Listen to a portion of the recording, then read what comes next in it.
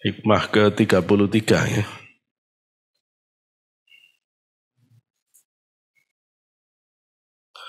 Bismillahirrahmanirrahim. Qala al-mu'allif nafa'ana Allah bi'ulimihi wa bikaramati fid dharaini amin. Al-haqqu laisa bimahjubin. Innamal mahjubu anta anin nadhari.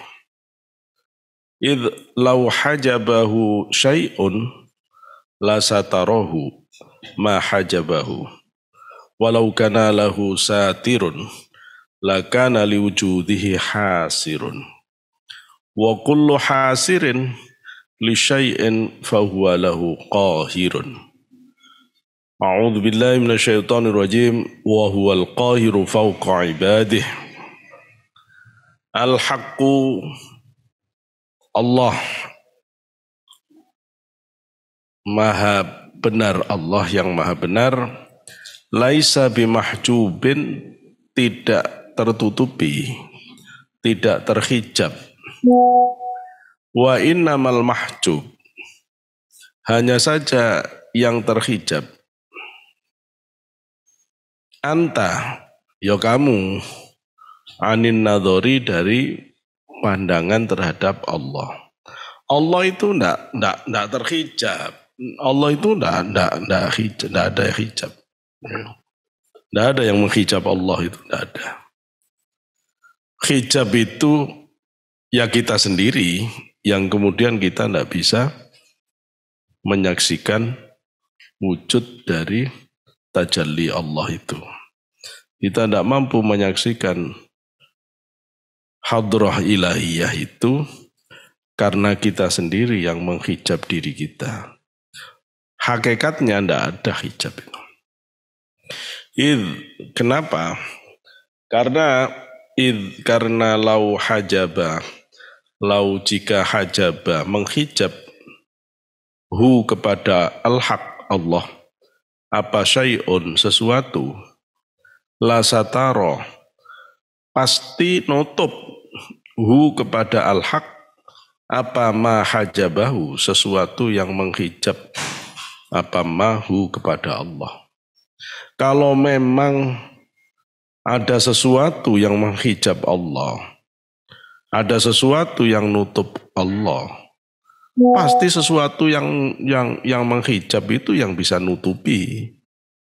Walau kana lahu satirun, walau kana, dan jika kana ada, lahu bagi Allah apa satirun, penutup, lakana pasti ada, liwujudihi bagi wujudnya Allah itu hasirun, lakana hasirun ya, lakana maka ada, liwujudi bagi wujud Allah apa isimnya kana ya, apa hasirun, pembatas ya, pembatas. Kalau memang Allah itu ada yang nutupi, berarti ada yang batasi. Ada yang batasi. Wa kullu hasirin li syai'in fahuwa lahu qahirun. Wa kullu hasirin, dan setiap yang membatasi li syai'in terhadap sesuatu, fahuwa maka sesuatu yang membatasi, lahu bagi al-haq itu qahirun, kuasa. Kalau sampai ada yang bisa nutupi Gusti Allah, berarti yang bisa nutupi itu lebih kuasa daripada yang ditutupi. Ya. Padahal wahuwal qahiru fauqa ibadi, Allah itu lebih perkasa, lebih bisa memaksa. Ya, qahir itu artinya maksa. Allah itu lebih maksa ya, atas semua hambanya. Ya. Tidak bisa kalau dibayangkan kalau Allah itu dikdaya di atas seluruh hambanya, maka tidak boleh ada yang bisa batas-batasi Gusti Allah. Gusti Allah kalau sampai bisa dibatas-batasi, ya batasi berarti hebat dong. Kalau Gusti Allah sampai bisa ditutupi, berarti penutupnya lebih hebat dari Allah dong. Kalau sampai nutupnya, namanya nutup kan nutup itu kan bisa menghasir ya, membatasi sehingga sesuatu itu menjadi tidak kelihatan, terkungkung. Berarti dia bisa ngungkung. Yang bisa ngungkung itu kan berarti kan hebat. Loh, kalau sampai ada sesuatu yang bisa ngungkung Gusti Allah kan berarti sesuatu itu hebat, ya. Sesuatu itu hebat berarti. Maka itu tidak mungkin. Maka Allah berhijab itu tidak mungkin. Yang terhijab itu kita sendiri. Di sini tidak terlalu detail menyentuh. Yakni penjelasannya ya. Yakni yang dimaksud annal hijaba, sesungguhnya hijab la yuttasafu tidak disifatkan bihi dengan hijab apa al-haqqu, tidak disifati bihi dengan hijab apa al-haqqu Allah. Allah itu tidak bisa dihijabi, disifati dengan berhijab itu tidak bisa. Subhanahu, maha suci Allah, wa ta'ala, dan maha luhur Allah. Listihalatihi, karena kemohalannya, karena ketidakmungkinan, hinya balik ke al-haq. Ya, fi haqqihi, dalam haknya Allah. Secara hakikinya, secara haknya, tidak mungkin Allah itu bisa dihijab, itu tidak mungkin. Wa innamal mahjubu, hanya saja al-mahjubu yang terhijab, itu anta, kamu. Ayyuhal abdu, wahai hamba. Terhijab dengan apa? Bisifatika, dengan sifatmu. Bisifatika an-nafsiyati, an-nafsaniyati, yang bangsa nafsu, ya, yang bangsa nafsu. Anin nadhari, terhijab dengan sifat nafsaniyah, anin nadhari, dari melihat ilaihi, kepada al-haq. Al-haq. Al-haq itu kalau dalam istilah para sufi itu biasanya tidak menuju kepada zat Allah. Ya. Sehingga walaupun di sini disebut sebagai sesungguhnya al-haq laisa bimahjubin, itu bukan, tidak bisa kita mengartikan sesungguhnya zat Allah itu tidak terhijab, tidak bisa begitu. Al-haq itu sudah merupakan, kalau dalam bahasa para sufi, al-haq itu tajalli dari zat Allahnya sendiri.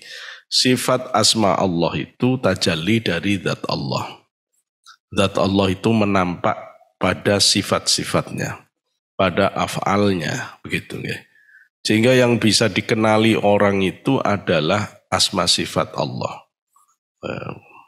Kalau akidah Ahlussunnah wal Jamaah, tidak ngelihat zatnya Allah. Zatnya Allah itu munazzahatun anil idrokil ukuli wal afham.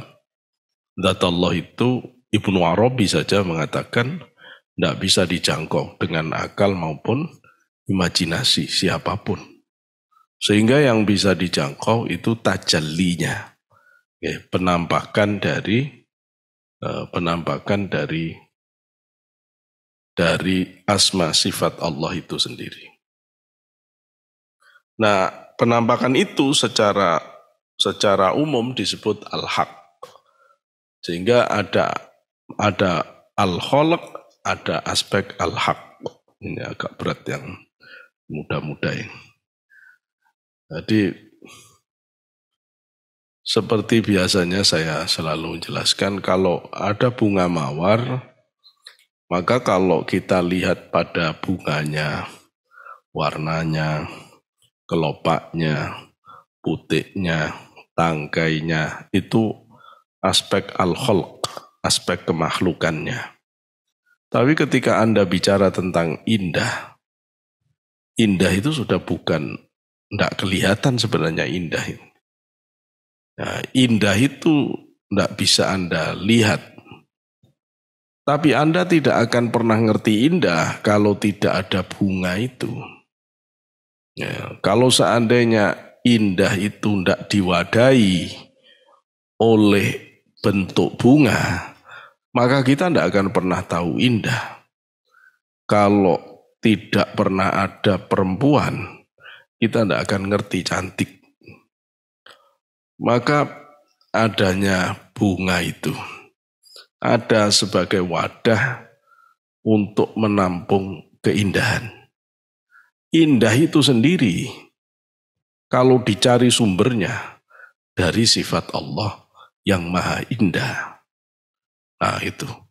Jadi Allah itu menampak pada sifatnya, sifat Allah menampak pada sifat makhluk menampak kepada zahir makhluk.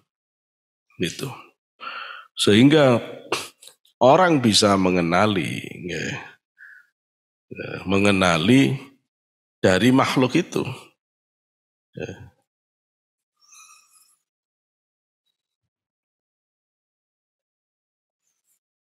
Yang membuat kita tidak mampu mata batin kita melihat kepada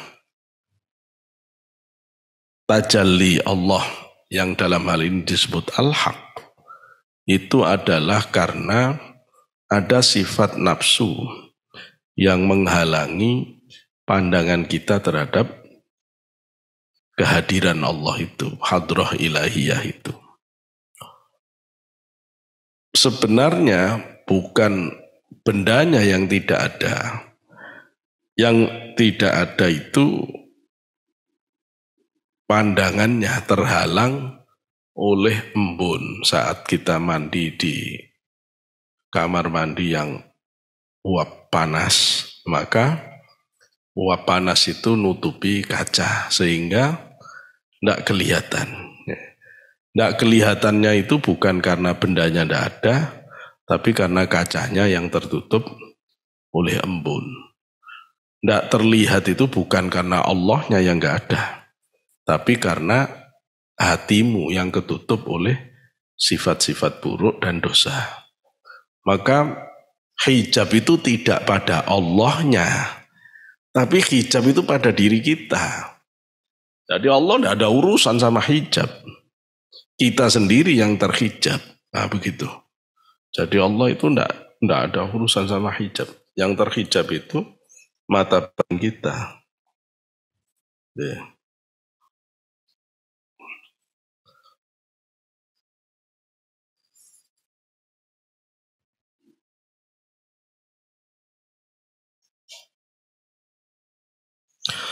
Fa'in romta, dari kata Roma,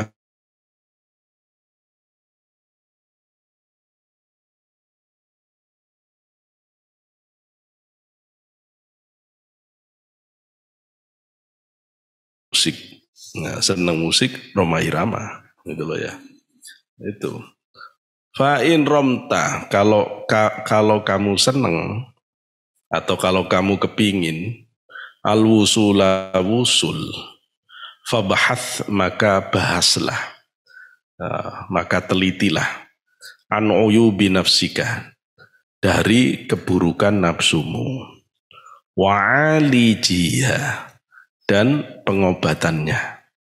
Kalau memang kamu kepingin bisa hadir ke hadirat Allah, kepingin bisa sholat, diperhatikan Allah rasanya, kepingin batin itu bisa merasakan diperhatikan Allah, kepingin sholat itu kita seolah-olah melihat Allah, maka syaratnya adalah fabahath an uyubi nafsika wa'alijiha. Teliti cacat-cacat nafsumu, teliti aib-aib sifat-sifat burukmu. Dan kamu harus ngerti ngobatinya bagaimana. aku ini memang orangnya marahan. Terus gimana caranya supaya berhenti marahan? Nah itu yang aku ndak tahu. Loh, ndak bisa sembuh. Loh ya, ndak bisa sembuh. Terus gimana kalau marahan puasa bisu? Puasa bisu. Puasa bisu itu ndak ngomong. Orang marahan itu remnya dol. Ya, karena remnya dol, kalau ndak bisa nguasai dada, muncul di mulut ngomel-ngomel. Kalau ndak kuat nguasai mulut, tangan bergerak ngelempar-ngelempar, mukul-mukul, sampai akhirnya gunakan senjata tajam dan lain-lain. Nah itu. Terus gimana caranya? Ya belajar diam, nggak ngomong sehari semalam, nggak ngomong, diem aja. Belajar ngerem, nanti kalau mau ngomong ngerem, mau ngomong ngerem.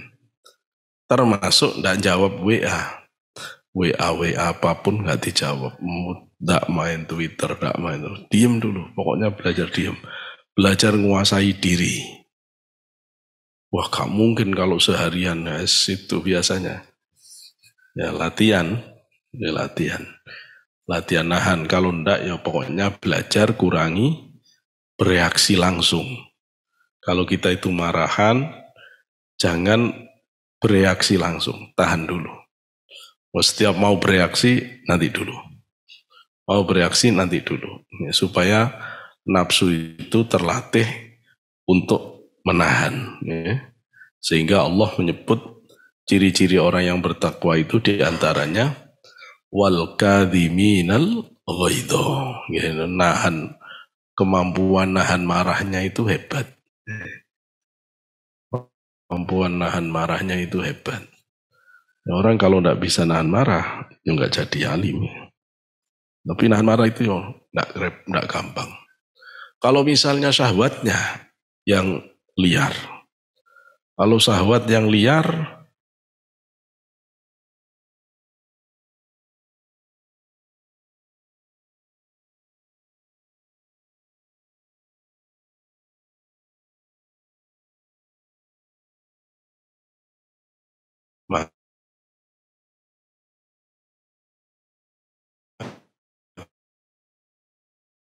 maka caranya puasa, banyak puasa.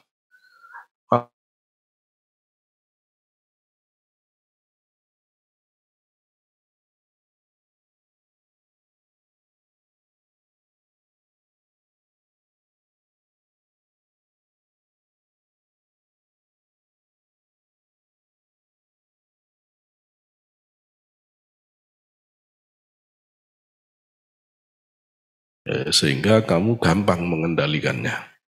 Ya udah biasanya di pondok ya makannya tempe tahu. Jadi anaknya lemes-lemes gitu ya. Ya enggak pernah tawuran.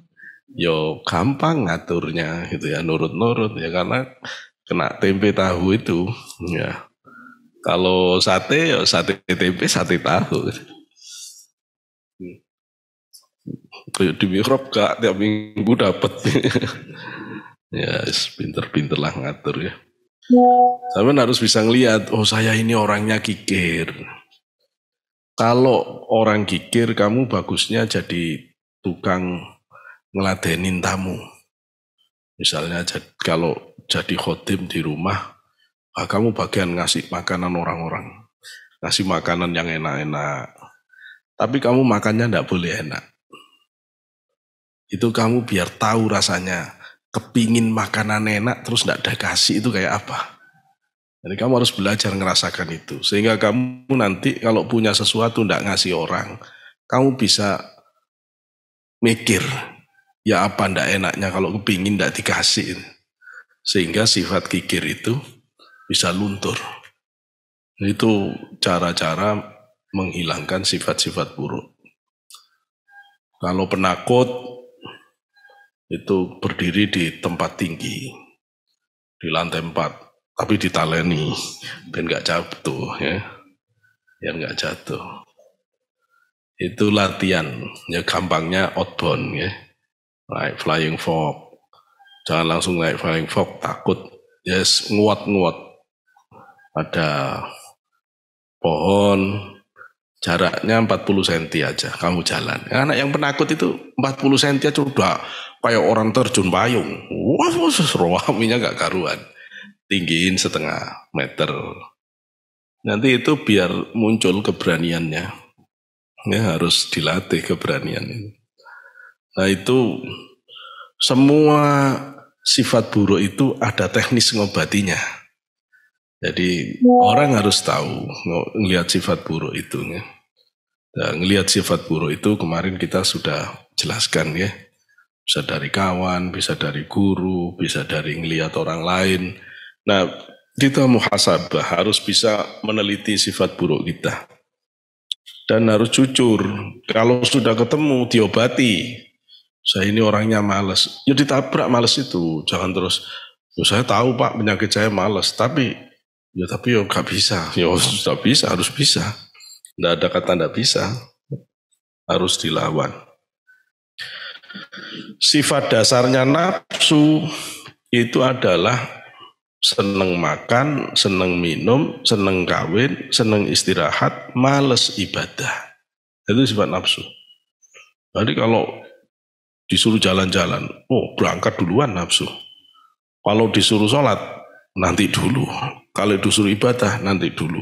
Nah, jangan nunggu ada Pak Sotek baru ribut. Jangan gitu. Sampean sholat itu karena Allah. Ya. Sholat jamaahnya dijaga. Kalau masih, jangan sampai tidak sholat jamaah. Sholat jamaah itu yang bisa membuat punggungnya iblis, punggungnya setan patah-patah. Ya. Itu kisahnya Nabiullah Isa ketemu iblis. Terus iblis ditanyai oleh Nabi Isa, As'aluka bil hayyil qayyum ma yusillu jismaka wa yuqatti'u dhahraka.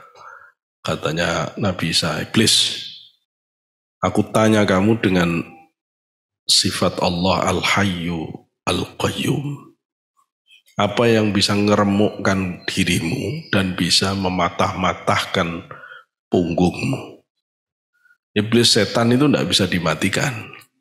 Kita cuma bisa ngelumpuhkan, cuma bisa matah-matahin punggungnya. Bisa matah-matahin punggung udah lumayan ya. Matah-matahin punggung.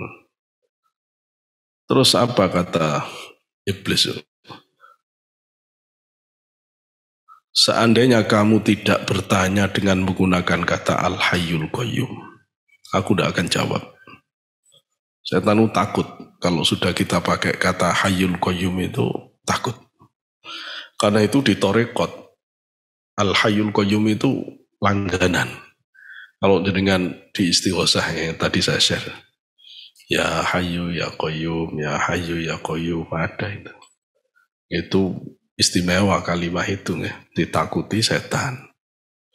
Kalau di Thariqah Naksabandiyah, Qadiriyah itu ada wiridan Allah Hayyu, Allah Hayyu, Allah Hayyu, Allah Qayyum, Allah Qayyum itu ya karena hebatnya dari asma Allah Al-Hayyu Al-Qayyum.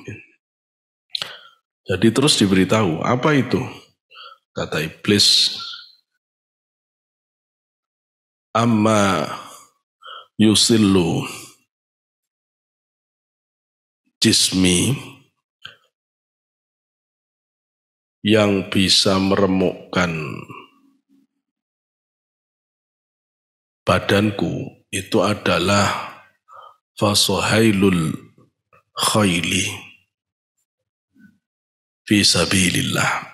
Yang membuat bisa remuk iblis itu, setan itu, pekikan kuda waktu jihad fisabilillah. Oh, kudanya meringkik waktu perang di jalan Allah, oh itu setan remak. Kalau sekarang ya, kalau bawa kuda, kalau tidak ada kuda, takbir. Takbir Allahu Akbar itu, wah setan hancur itu kena takbir Allah Akbar. Bapak saya itu pejuang. Lalu saya tanya, dulu kalau perang gimana Pak? Masa bawa celurit sama bawa lampu senter saja. Oh berani lawan Belanda. Wah kalau sudah ada takbir itu udah ada takut itu. Seneng. Seneng. Jadi orang jihad fisabilillah itu rasanya seneng. Seneng. Nggak ada takut. Pokoknya kalau sudah Allahu Akbar, seneng. Nggak takut mati. Gak pikir di situ. Ya itu santri-santri zaman dulu itu gitu ya. Hebat. Karena itu bapak saya tidak punya gigi satupun karena dihancurkan pakai popor senjata oleh Belanda. Tapi ya senang. Nah sekarang takbir itu dipakai untuk demo. Wah, malaikat ya mencep-mencep. Nyapo takbar takbir. Boyo diterus nih Allahu Akbar sami Allahu liman hamidah. Gitu tah. Salat. Saya sepakat itu dengan Pak Akil Sirot. Beliau bilang apa? Saya dari awal waktu orang-orang 212 itu demo, yakin saya tidak akan diijabah. Soalnya keliru. Masa orang sholatnya di Monas, tidurnya di Istiqlal. Mestinya tidur itu ya di Monas, sholat di Istiqlal, untuk balik-balik.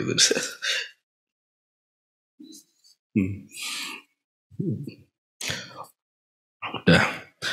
Wa innamal mahjubu.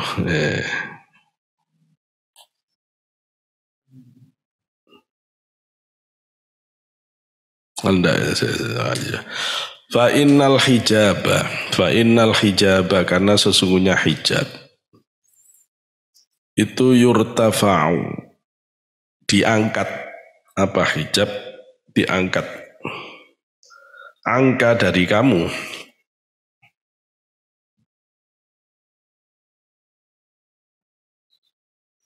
fatusalli ilan nadhari ilaihi fatusalli maka kamu sholat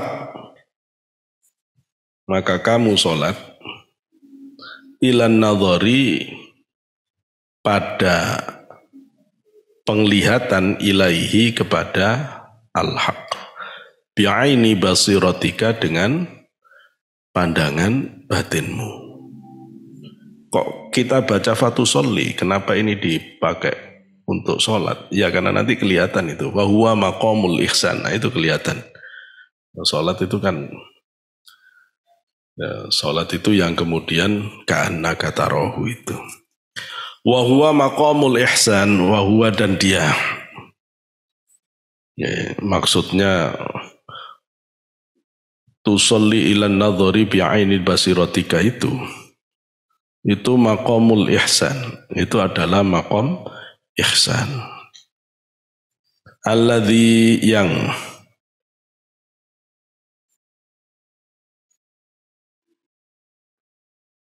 yu'baruna anhu diibaratkan oleh para ulama ya, anhu dari makom ihsan bimaqamil musyahadah diibaratkan dengan makom musyahadah. Waqad istadallah, waqad dan benar-benar istadallah mengambil petunjuk siapa al-musannifu pengarang kitab Syekh Mu'ata'illah Sekandari maksudnya ala istihalatil hijabi atas kemohalan hijab, ketidakmungkinan adanya hijab ala rabbil arbab atas Tuhannya segala tuan. Satunya pakai H, satunya tidak pakai loh ya. Tuhannya segala tuan ya. Rabbul ardi, tuan tanah ya. Biqaulihi dengan pernyataan Syekh Mu'ata'illah yang menyatakan karena law hajabahu syai'un, karena jika menghijab al-haq apa syai'un sesuatu lasatarahu maka pasti menutup hu kepada al-haq apa ma hajabahu sesuatu yang menghijab ai anin nadhari yakni dari melihat ilaihi pada al-haq walau kana lahu satirun walau jika kana ada lahu bagi al-haq apa satirun penutup lakana maka pasti ada liwujudihi bagi wujudnya lakana pasti ada apa satirnya liwujudihi bagi wujudnya kalau memang Allah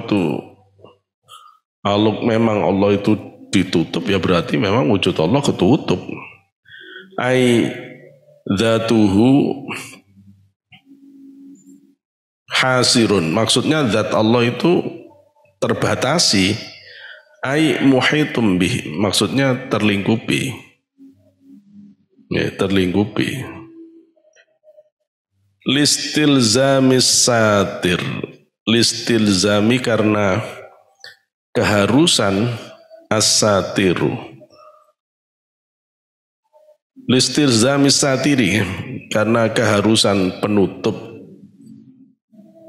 atau karena kebiasaannya karena lazimnya yang nutupi itu nah linhisaril mastur dan karena keterbatasan yang ditutupi fihi dalam hal ini ya.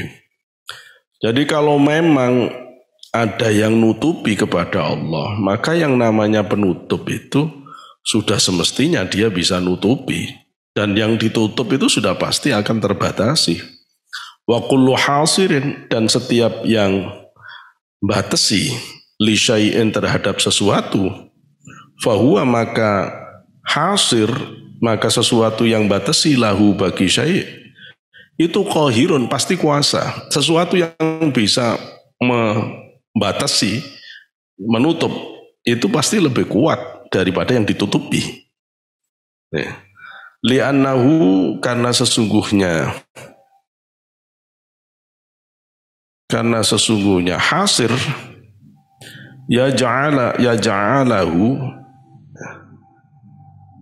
yaj'aluhu menjadikan apa hasirhu kepada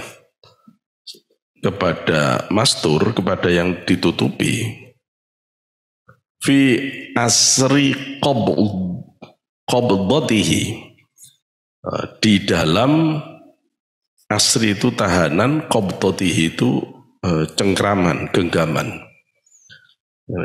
karena yang nutupi itu yang batas itu akan menjadikan yang ditutupi itu di dalam tahanan cengkramannya wa tahta hukmihi dan di dalam hukumnya ya, di dalam hukumnya wa dzalika yang demikian dan yang demikian la yasihu tidak sah tidak mungkin ini tidak sah fi haqqihi di dalam haknya ta'ala Allah ta'ala. Tidak mungkin kalau sampai Allah itu kemudian ada hijab yang sangat kuat sehingga nutupi Gusti Allah sampai akhirnya Gusti Allah di dalam kerangkeng itu sampai Gusti Allah harus tunduk kepada aturan dari hijab tersebut itu tidak mungkin. Tidak sah pendapat begitu itu tidak sahih, tidak sah. Padahal Allah itu tidak sah. Tidak sahnya kenapa? Liqaulihi karena ada firman Allah fi kitabihi di dalam kitabnya Al-Quran. A'udzubillahi minasyaitonirrajim. Wa huwal qahiru fawqa ibadih. Wa huwa dia Allah itu al-qahiru. Zat yang memaksa fawqa ibadih atas semua hambanya. Allah itu pemaksa. Ya, tidak bisa Allah kemudian dipaksa oleh yang lain. Fauqiyatun ma'nawiyatun. Yang dimaksud atas, ya, atas di sini adalah atas yang sifatnya maknawi. La makaniyatun bukan dalam artian tempat. Kalau sudah kita ngomong tentang Allah, arah, tempat, bilangan itu tidak berlaku. Tidak berlaku. Jadi kita tidak bisa mengatakan di atas itu di atas. Di atas dalam artian tempat itu nanti kita jadi mujassimah. Mujassimah berarti akidah kita menyimpang dari akidah Ahlussunnah wal Jamaah. Ahlussunnah wal Jamaah itu meniadakan tajassum. Semua ayat-ayat Quran yang mengandung makna penyamaan Allah dengan makhluk, maka itu adalah ayat-ayat mujassimah. Maka ayat-ayat itu pasti masuk kategori ayat mutasyabihat. Itu pasti bukan ayat muhkamat. Di dalam kaidah tafsir, ayat-ayat mutasyabihat wajib tunduk kepada ayat muhkamat. Ayat muhkamatnya laisa kamislihi syai'un wa huwa ala kulli syai'in qadir, itu ayat muhkamat. Maka semua pemahaman yang membawa Allah menjadi seperti makhluk, menempati ruang, ada di atas, di bawah, itu tidak mungkin. Maka dia harus tunduk kepada ayat Quran laisa kamislihi syai'un wa huwa ala kulli syai'in qadir. Maka terus bagaimana caranya? Ulama salaf dulu, salafus soleh al-awal, itu caranya dia mentafwid. Tafwid litanzih. Jadi orang seperti Imam Malik, atau orang-orang seperti sebelum Imam Malik, dia tidak mau bahas ayat ini. Kenapa? Diserahkan maknanya kepada Allah. Karena itu kalau Imam Malik ditanya, Ar-Rahmanu 'alal arsy istawa, apa artinya? Imam Malik tidak pernah ngomong kata istiwa itu apa. Tidak, Imam Malik cuma ngomong istiwa udah diketahui maknanya. Bertanya bagaimana tentang istiwa itu bid'ah. Langsung ditutus di situ. Sehingga tidak perlu bertanya. Nah ini beda ya, antara pendapat ulama salaf dulu dengan kelompok salafi sekarang. Nah kelompok salafi sekarang mengartikan kata istiwa itu dengan di atas. Sehingga kalau ditanya Allah itu ada di atas langit, duduk di atas kursi. Sampai Ibnu Taimiyah ditanya seperti saya duduk di atas kursi saya. Yo diseret Ibnu Taimiyah, masukin penjara. Menyimpang dari akidah Ahlussunnah wal Jamaah. Maka itu ditolak akidah begini ini. Makanya para ulama ahli fikih itu setidaknya memakruhkan kita makmum kepada orang yang tajassum. Karena itu kalau ada orang salafi jadi imam, ya sebaiknya nyari yang tidak salafi. Karena khawatirnya dia akidahnya tajassum. Kalau dia berakidah bahwa Allah ada di atas, cacat dalam akidah. Cacat akidah, susah keterima. Bok sholatmu bener, akidahmu menceng, enggak bisa. Ya enggak bisa, karena ulama sudah nolak. Enggak boleh fauqiyah, enggak bisa. Untuk Allah itu enggak bisa. Ya, jadi ulama salafiyah yang baru itu kemudian melihat tafwid litanzih itu tidak cukup. Karena orang tetap bertanya, orang tetap tidak sebenarnya istiwa opo sih, gitu. Apalagi kelompok sebelah udah terlanjur menegaskan bahwa Allah memang benar-benar ada di atas. Walaupun dia tidak ngerti atas itu apa. Bumi itu bunder. Katanya orang yang ada di atas sini, atas itu sana. Katanya yang di bawah sini, atas itu sini. Maka pada saat yang sama yang disebut atas itu adalah bawah bagi orang yang di sini. Pada saat yang sama yang disebut atas oleh orang sini itu adalah bawahnya orang sini. Terus arti atas bawah itu apa? Sampean kalau tak lepas dari bumi ada di angkasa, terus saya tanya atasmu mana? Bawahmu mana? Mumet. Jadi orang ngomong atas bawah itu secara astronomi pasti tidak ngerti. Kalau orang sudah ngerti astronomi tidak berlaku atas bawah. Maka di sini ini bukan dalam artian atas bawah. Kita mendekatkan diri kepada Allah. Kapan Allah jauh dari kamu itu? Kok mendekatkan diri? Itu bukan dari jarak. Bukan dari jarak. Tapi dari kedekatan batinmu. Kedekatan batinmu. Kalau jaraknya sama, tapi batinnya ke saya kan beda. Gitu loh. Jadi dekat itu batiniah, maknawi. Bukan dalam artian yang dohir gitu. Kalau dohir kacau semua nanti ya. Nggak dalam artian itu. Nggak boleh diartikan begitu. Nah, kata fauqiyah, fauqa ibadi itu dibatasi harus bukan dalam makna dalam artian atas-atas itu atau dalam artian tempat. Fa innahu karena sesungguhnya dia Allah Ta'ala Maha Luhur, Allah itu munazzahun. Allah itu tersucikan, munazzahun aniz zamani, tersucikan dari zaman wal makani dan dari tempat.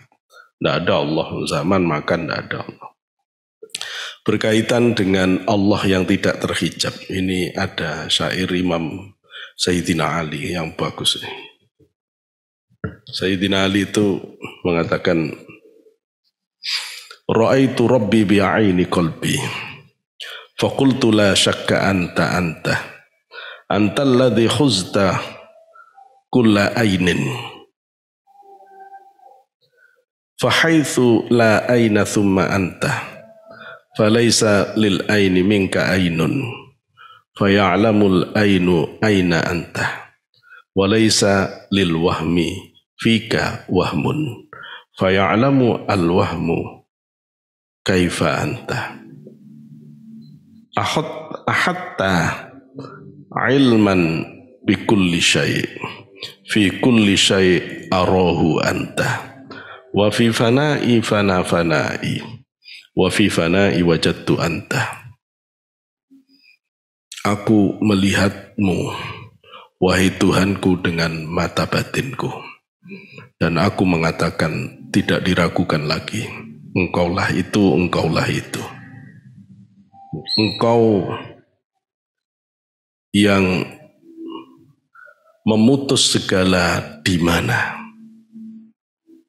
Tidak ada di mana kecuali engkau. Karena tidak ada di mana bagimu, bagi di mana. Tidak ada di mana pada dirimu dari di mana. Karena di mana akan mengetahui di mana engkau. Dan tidak ada imajinasi terhadapmu bagi imajinasi. Karena imajinasi akan mengetahui bagaimana engkau. Engkau meliputi ilmu terhadap segala sesuatu. Dan pada segala sesuatu aku melihatmu pada engkau. Dalam kefanaanku aku fana, dan dalam kefanaanku aku temukan engkau. Saya tidak mau jelasin. Kalau tak jelasin belum waktunya ya ruwet. Tapi saya ingin mengatakan bahwa penjelasan begini ini sahih dari Rasulullah. Akidah begini ini benar-benar memang akidahnya Rasulullah. Yang begini ini benar-benar dari Sayyidina Ali. Ya, kalau tidak percaya lagi saya terusin. Tambah bingung ya gak apa-apa. Ya. Kalau saya jelasin serius saya tambah bingung lagi nanti ya. Wasu'ila Abu Husain An-Nuri.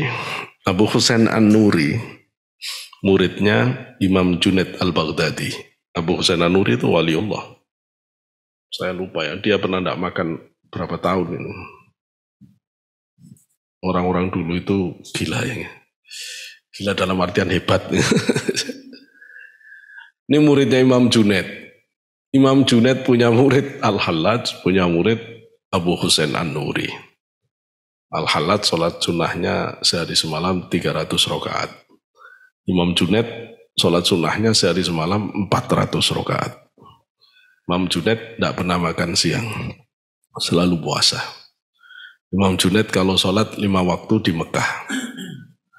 Imam Junaid itu orangnya sangat tawadhu. Gurunya, guru tasawufnya Sirri Sakoti, pamannya sendiri. Beliau disuruh ngajar gak mau. Terus satu hari dia tidur didatangi Rasulullah. Oleh Rasulullah disuruh ngajar. Begitu disuruh ngajar, bangun, dia buka pintu, ternyata gurunya sudah ada di depan, sekarang Rasulullah yang merintahkan. Imam Junaid udah tidak bisa lagi ngomong, ya wis muridnya tidak boleh banyak-banyak, maksimal 40. 40 Imam Junaid sekali bicara, 17 mati. Jadi sekali beliau jelaskan tentang tauhid, 17 orang kasyaf tapi tidak kuat, mati. Mati dalam bahagia. Ya, mati dalam bahagia. Dulu Abu Yazid Bustami juga begitu. Si Abu Yazid ada murid yang gandrung ke si Abu Yazid. Abu Yazid mengatakan, kamu tidak boleh ikut ngajiku. Tapi murid itu aku tetap ikut ngaji saya. Enggak, kamu tidak boleh. Tetap, nanti kalau ada apa-apa aku nggak tanggung jawab, kata si Abu Yazid. Benar, begitu si Abu Yazid menjelaskan tentang tauhid, dia pingsan, bablas. Wassalam. Terus temennya Abu Yazid bilang, kamu yang bunuh dia. Guyonan. Dia bilang enggak, dia enggak kuat batinnya menerima anugerah limpahan nur dari Allah. Sampai beliau harus pulang. Ya gak apa-apa. Ya gitu itu orang-orang hebat dulu. Imam Junaid itu guru tasawuf thariqahnya ulama kita ahlu sunnah wal jamaah.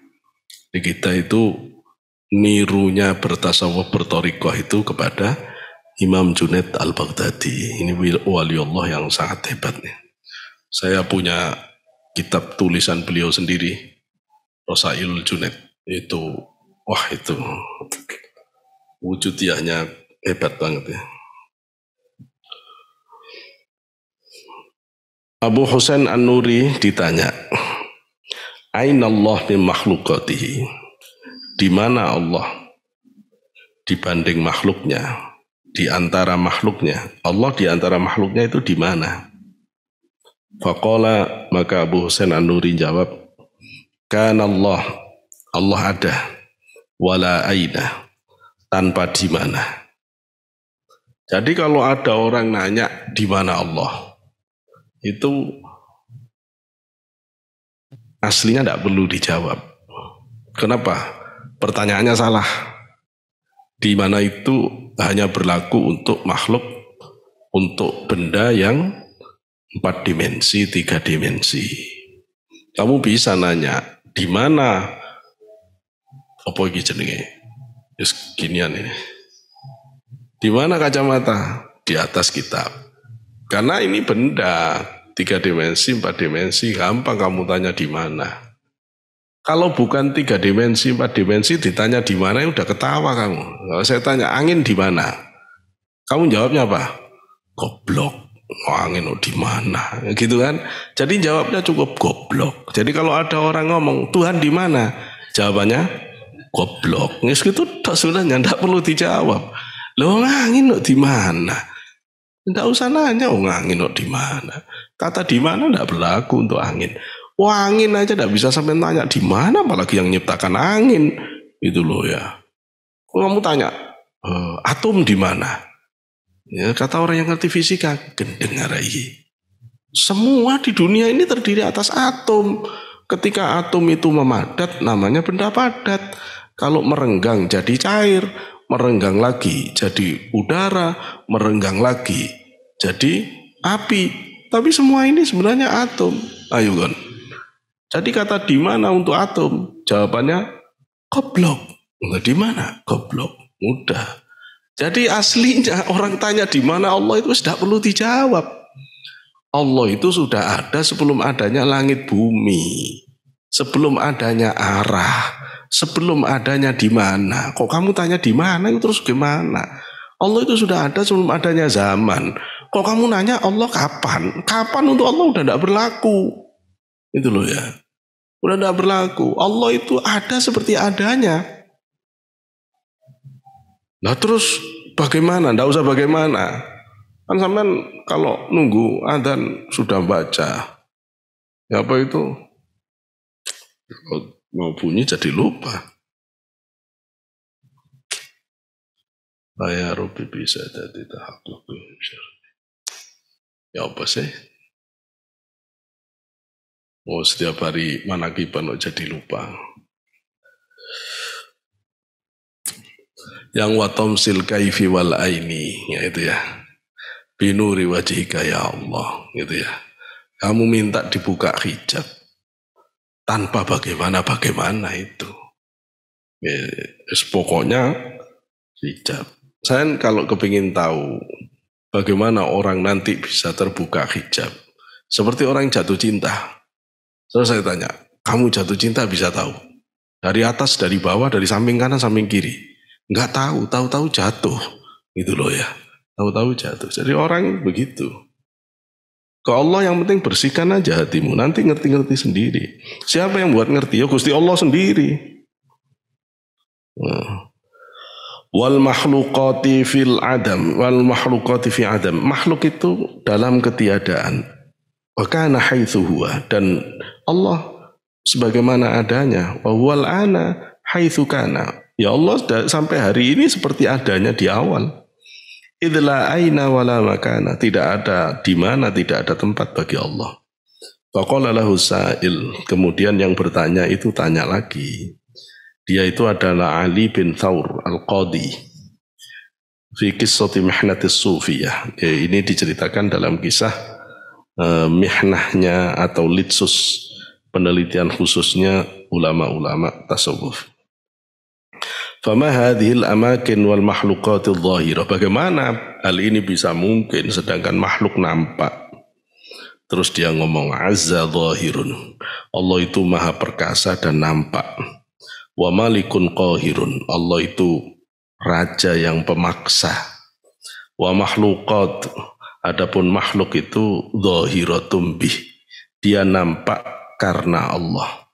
Wasadiratun anhu, dan seluruh makhluk itu menyandar pada adanya Allah. La hiya muttasilatun bih. Tidak ada makhluk yang terkait langsung dengan Allah secara dzatiyah, tidak ada. Tapi wala munfasilatun anhu.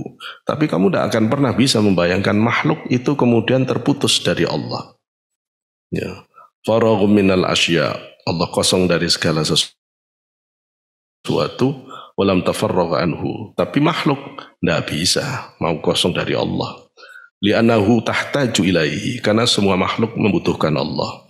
Wa huwa la yahtaju ilaiha, tapi Allah enggak butuh makhluk. Qala sadaqta, kemudian yang nanya bilang benar kamu.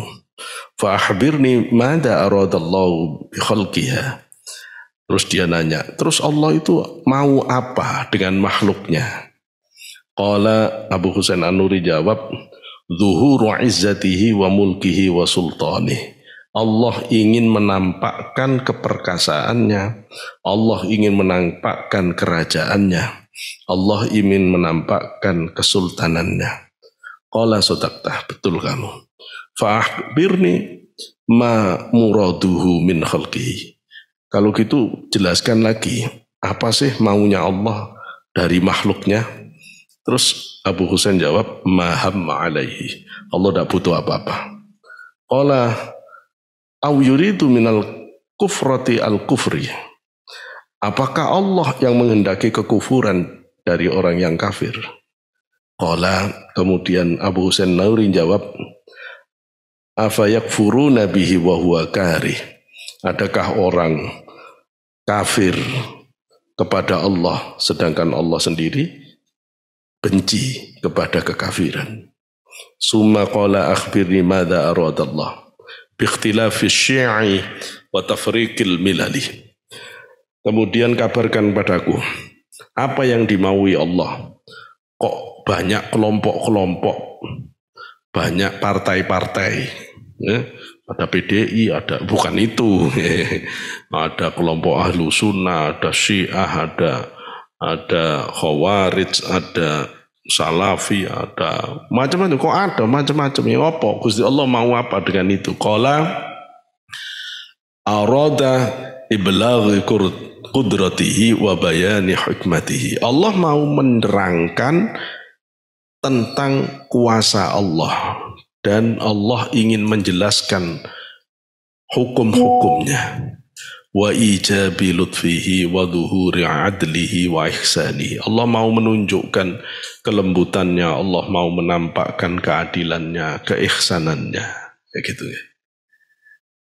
Dalam kesimpulannya, saya cuma membaca begini ini supaya sampean tahu, pinter itu bukan karena sekolahan. Ya. Sampean tak bacakan syairnya Sayyidina Ali tadi paham. Insya Allah mboten paham. Ya, insya Allah mboten paham. Ya, itu biar tahu bahwa memang Sayyidina Ali itu jenius. Ya apa? Cuma di mana tidak di mana, nanti di mana akan mengerti di mana Allah. Oh, bingung. Imajinasi tidak akan mengerti tentang imajinasi terhadap Allah karena imajinasi itu sendiri nanti yang akan mengerti tentang Allah. Maksudnya apa? Di dalam kefanaanku aku fana, di dalam kefanaanku aku fana, di dalam kefanaan terhadap kefanaanku aku temukan engkau. Waduh, itu kalau saya ngajar di kampus 1 kali pertemuan. Dan saya tidak mau ngajar kalau masih semester bawah, tidak mau. Susah saya jelaskannya. Pasti saya minta minimal semester 6. Baru sudah agak ngerti warna dunia. Sudah ngerti pahit getirnya hidup. Saya masih semester 3, biar kamu seneng-seneng. Diajak mikir berat-berat nanti sutris. Ya. Tapi saya ingin nunjukkan itu saja bahwa sahabat itu jenius ya. Memang pinter beneran, bukan pinter-pinteran ya. Sampai tak bacakan bagaimana cara muridnya Imam Junaid menjawab. Sampai ditanyai satu saja tidak akan bisa jawab tadi itu. Ayo, kenapa sih Allah kok menjadikan ada Muhammadiyah, ada NU, ada Persis, ada Perti, ada Persija? Bukan ya. Kok mau Persija? Apa itu kenapa ada begini? Saya udah bisa jadi gitu, sama nggak bisa jawab. Enggak. Gitu. Terus saya tanya, kenapa ada setan? Kenapa ada iblis? Habis bingung sampai. Ayo, kenapa ada orang berdosa? Kenapa ada orang soleh? Kenapa ada yang rajin ngaji begini? Kenapa ada yang maksiat padahal dia orang Islam? Dan kenapa ada orang kafir? Lagian ngapain Gusti Allah buat begini-begini ini? Jawaban sampean apa? Embuh gitu. Jawabannya embuh. Secara umum tajalli Allah itu menampakkan dirinya pada makhluknya. Sehingga menampaklah, wujudlah makhluk ini karena Allah kepingin menampakkan dirinya. Allah menampakkan diri itu secara umum bisa dibagi 2. Ada yang penampakan dari sifat kelembutan Allah, jamaliyah, jamal.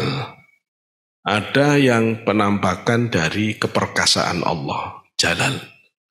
Maka semua sifat-sifat indah, lembut, halus, dan seterusnya itu sabar, telaten, itu semua tajalli dari jamalullah.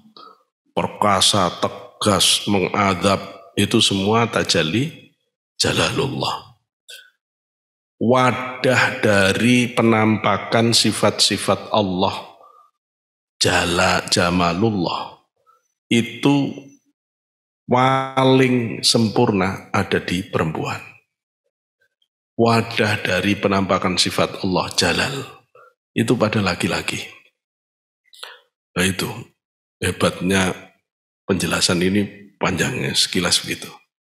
Tapi ada penjelasan lain begini.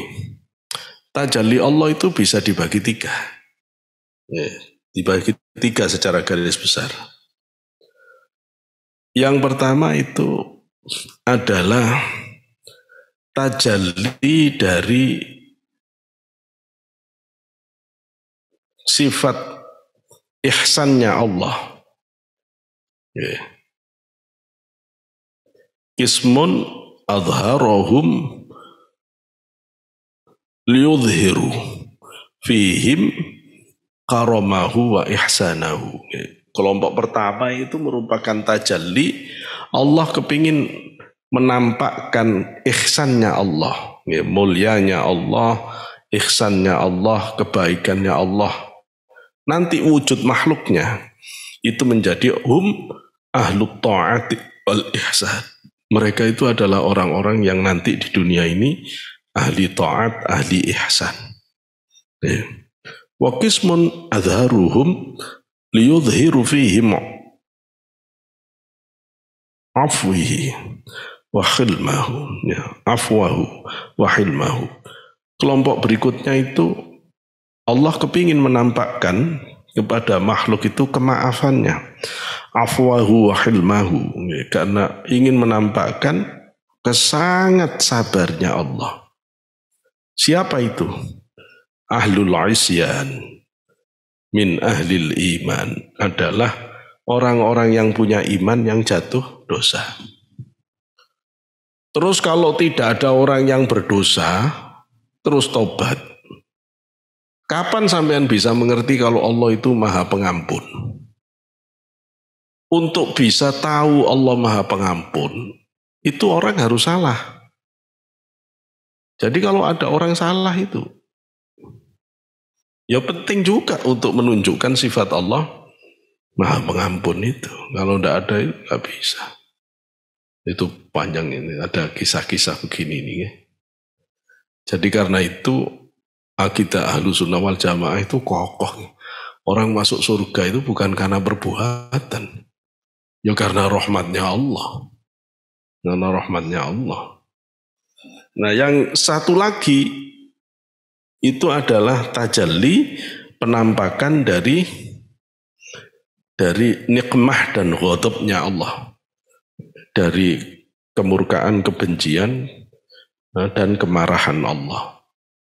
Siapa itu? Hum ahlul kufri wat tughyani, yaitu orang-orang kafir, orang-orang yang cuma hura-hura hidupnya. Itu memang penampakan dari sifat Allah yang pengadab. Loh, kalau Allah sudah punya sifat pengadab, terus tidak ada orang yang ikut setan, yang diadab siapa? Kapan kita tahu? Pak Sodik itu tegas loh. Loh, sampean bisa tahu saya tegas? Ketika ada yang melanggar, wah, untuk akhirnya takut. Ternyata Pak Sodik itu kereng. Loh, kereng itu kan harus ada orang yang salah. Masa terus ada orang sabar setiap kali ngaji, terus sholatnya jamaah, terus tiba-tiba saya datang marah-marah. Sama yang lihat, bukan kelihatan saya tegas, tapi gendeng Pak Sodik gitu. Malah gendeng tuh kelihatan tegasnya. Jadi untuk bisa ketahuan tegas pengadab, itu harus ada orang yang kafir. Jadi sampai ngerti kenapa kok ada iblis, ya karena memang Allah mau menunjukkan bahwa Allah itu syadidul adab fil akhirah.